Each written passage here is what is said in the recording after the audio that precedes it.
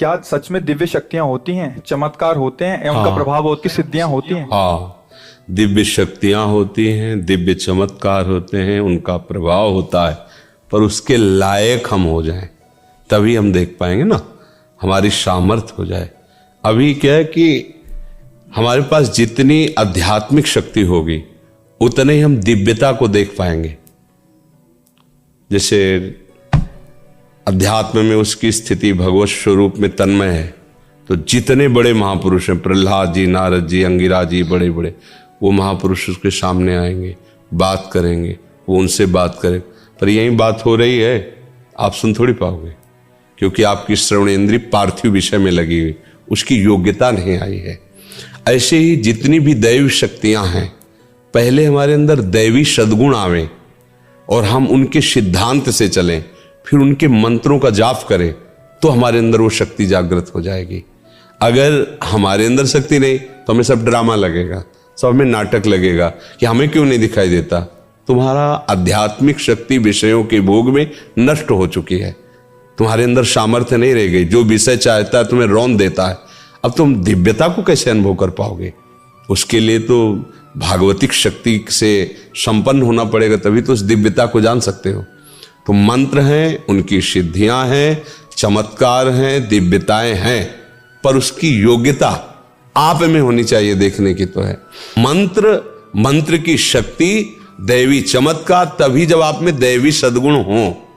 अब जो जितना पवित्र होकर जितना लक्ष्य किया उतना जान गया और उतने में ही वो प्रकाशित हो गया, तो वो झूठा नहीं है। ऐसा नहीं कहा जा सकता कि झूठ है, ऐसा नहीं, ये सब है, पर तुम कितना उसे स्वीकार। हमने अपनी आंखों से देखा कि एक जानवर की ऐसे टांग में किसान के अस्त्र लग गए तो उसे खून बह रहा था। तो एक बूढ़े बाबा है, गांव में वो प्रसिद्ध थे खून बांधने के लिए, ऐसे रज लिया और 2 मिनट ऐसे मंत्र बोले और ऐसे किया, बस केवल घाव था, एक बूंद खून बाहर नहीं निकला, एक बूंद। ये हम आंखों से, तो उन्होंने मंत्र सिद्ध किया है। तो ऐसे मंत्र शास्त्रों मंत्र हैं जो छोटे छोटे कार्यों की, छोटी छोटी बातों की सिद्धि। पर जब भगवत प्राप्ति का लक्ष्य होता है तो ये बड़ा लक्ष्य है, फिर इन सब छोटी बातों को स्वीकार नहीं किया जाता। ये उनके समीप जाने से स्वाभाविक हो सकता है, वो नहीं चाहेंगे। वो चाहेंगे यही कि आप सच्चिदानंद भगवान में लगे। पर आपकी जो कामना है, तो कल्पतरु भगवान की आराधना करते तो उनके प्रभाव से हो सकता है आपकी कामना पूर्ण हो जाए। उनका आशीर्वाद इस बात का नहीं होगा। आशीर्वाद ये होगा कि मंगल भवन प्रभु में आपका मन लग जाए और आप भी भक्त बन जाएं, तो आप सदा सदा के लिए दुख से निवृत्त हो जाएंगे। पर ये नहीं कि चमत्कार नहीं है। हमने देखा एक अयोध्या से संत आए हुए थे, बड़ा प्रभाव उनका, बहुत लोग साथ, वो हनुमान जी की उपासना करते थे। तो आए, हमारे पास भी आए। उस समय हमारी होगी 17-18 वर्ष की अवस्था। तो संतों को बड़े गौर से देखना, क्योंकि संत मार्ग में चल रहे थे, एक एक बात देखना, कैसे उठते, कैसे बोलते, कैसे चलते, उनकी चेष्टा कि ऐसे संत। तो वो नजदीक आए और उनका कि आप क्या साधना करते? हमसे बड़े अवस्था में भी थे और बड़ी भीड़ उनके साथ। तो हमारे गुरु जी ने बताया नाम जप करो, ऐसे ऐसे कुछ यौगिक साधन करते हैं, चमत्कार कुछ। हमने तो इसका परिचय लिया, हम तो जानते ही नहीं। ऐसे किया, केवड़ा की सुगंध छा गई। और लोगों से पूछते और कौन सी चाहिए? चमेली। ऐसे किया, पूरे वातावरण में चमेली। ये मतलब कहानी नहीं है, ये हम प्रत्यक्ष में देखा है। ऐसा पानी लिया, कौन से जूस आप पीना चाहते हैं, कौन सा शरबत, ऐसे रखा दे दिया, आप पियो, जो जूस बोला वही जूस। आखिरकार प्रकृति परमात्मा से ही तो है, तो प्रकृति का परिवर्तन परमात्मा मंत्र से क्यों नहीं हो जाएगा? जो परिवर्तन, खंबे से भगवान निकल पड़े कि नहीं निकल पड़े? खंबे से ही तो निकल पड़े।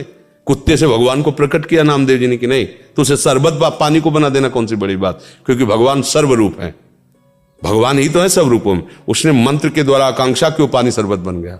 बस जैसे भगवान पानी बने हुए थे वही शरबत बन गए। पर यह खास बात नहीं है, हमारा मन प्रभावित नहीं हुआ।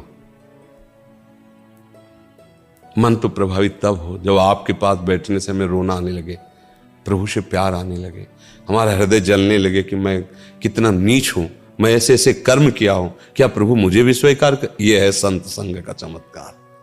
उसका मन प्रभु के लिए लालायित हो गया, प्रभु इतने प्यारे लगने लगे कि सारे विषय खारे लगने लगे, संसार का सुख उसको बमन की तरह लगने लगा। ये अवास्तविक संतों के संग का ये चमत्कार। बका ऐसा नहीं है कि सब झूठा है, ऐसा नहीं है, चमत्कार हैं। तो अब ये तो नहीं है कि मंत्रों में शक्ति नहीं, ऐसा नहीं है। महाराज जी, आप तो बचपन से इस मार्ग पे चल रहे हैं, अभी आप वृंदावन प्रेम उपासना में हैं, तो आपके साथ भी ऐसी कोई अनुभूतियां हुई या महाराज जी? बहुत सी, शुरुआत में ही प्रारंभ हो गया था इस मार्ग में। तो जब चले ना, पर क्या था कि गुरु कृपा से बचपन में ही हमें समझा दिया गया था कि जिसका लक्ष्य भगवत प्राप्ति है, छोटे मोटे चमत्कारों में गोस्वामी जी, तुलसीदास जी की चौपाइयाँ हैं कि जिस समय कोई साधक परमार्थ पथ में अग्रसर होता है तो इंद्रिय द्वारों पर बैठ जाते हैं उसके देवता साक्षात आकर के, अलग अलग देवता जो इंद्रियों में विराजमान, और वो माया का वही आकर्षण उसके पास पहुंचाते जिससे वो भ्रष्ट हो जाए। तो उपासक सावधान रहे, उस समय जब चढ़ाई पे चढ़ रहा है परमार्थ की, तो उसे भ्रष्ट करने के लिए देवता आते हैं, दैवी शक्तियां आती हैं। इंद्रिय द्वार झरोखर नाना, बैठे देवता करि कर थाना, आवत देखें विषय बयारी तीर्थें देख, क्योंकि बहुत बड़ी विजय की तरफ चला है ना, तो गुरु कृपा पात्र ही इस बात को समझ पाता है। फिर इसके बाद जो आती है वो फिर सिद्धियों का खेल आता है। रिद्धि सिद्धि पेरे बहुआई, बुद्धि लोभ दिखावे भाई, होए बुद्धि जो परम सयानी, तीन तन चितई नानहित जानी। बोले परम सयानी बुद्धि हो, उधर देखना भी नहीं, उधर अगर देख लिया तो तुम्हारा इन्हें अनहित हो जाएगा, अर्थात भगवत प्राप्ति के मार्ग में आपके बाधा खड़ी हो। तो कौन बाधा स्वीकार करेगा जो भगवत मार्ग में चला है? ऐसा नहीं कि अनुभूतियां नहीं होती कि अब इस समय ये सिद्धि आ गई है, अब इस समय ये सामर्थ्य आ गई, पर उसे हटाते हुए, जैसे तैराक पानी को हटाते हुए आगे बढ़ता जाता है, फिर वो पार हो जाता है, ऐसे ही उपासक सब बाधाओं को हटाते हुए फिर एक स्थिति ऐसी आती है जहां से कोई विचलित ही नहीं कर सकता है। अब वहां इन सब का प्रवेश ही नहीं सिद्धियों का।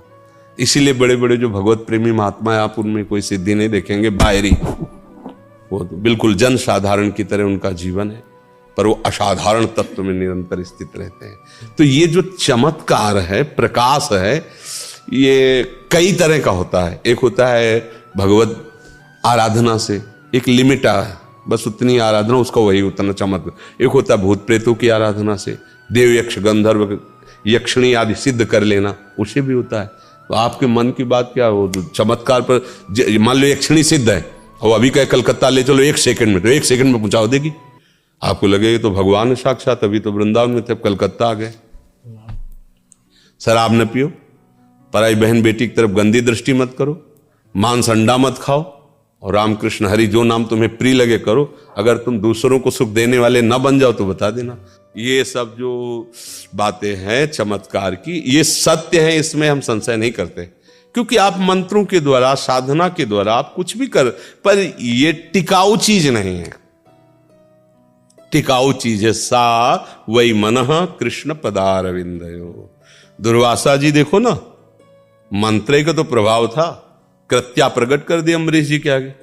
अम्बरीश जी हरीश शरणम, दूसरी कोई बात नहीं थी। सुदर्शन चक्र ने कृत्या को नष्ट किया और दौड़ाया त्रिभुवन में, दुर्वासा को दौड़ाया, ले दौड़ाया। तो बात ये पकड़ो जिससे तुम्हारा मंगल हो जाए। जो नाम प्रिय लगे, राम कृष्ण हरि, जो हमारी बात मान लेना। अगर हमारी बात मान गए तो फिर आपको समझ में आए, बात न मानी तो सब ये सब माया कर, जितना भी आप देख रहे हैं सब माया रचित है, सत्य कुछ नहीं है। सत्य है तो एक भगवान का नाम है। ये महापुरुषों ने कहा, आब्रह्म स्तंभ पर्यंतम सर्वम मायामयम जगत, सत्यम सत्यम पुनः सत्यम हरे नामयु केवलम। ब्रह्मलोक से लेकर साप तिनके तक माया में है, कुछ सत्य नहीं है। सत्य है तो भगवान का नाम है, और वो नाम जप करो, उसी में आनंद आ जाए। अगर आप ठीक हो सकते हो तो हाँ, एक सत्य बात तुमसे कहते हैं, भगवान का नाम जप करो, आप ठीक हो जाओगे। जो चाहो सो प्राप्त कर लो, बस इसके अलावा वो और तो सब प्रणाम है, सब भगवान का लीला है, और सब बढ़िया है। भगवान जिस रूप में जो लीला कर रहे हैं हमारे लिए वंदनीय है। हमारे प्रभु हैं, नटवर नागर हैं विविध रूपों में, वही तो खेल रहे, कोई और है नहीं, वही खेल रहे। पर हमको इन खेलों में नहीं फंसना, एक दिव्य खेल भी है भगवान का, उसमें जाना है। ये जन्म मरण चक्र, कामना की पूर्ति, ये सब बातें बहुत हो गई। कोई एक ऐसी बात हो जिससे सब बात ठीक हो जाए, वो है भगवान की शरणागति।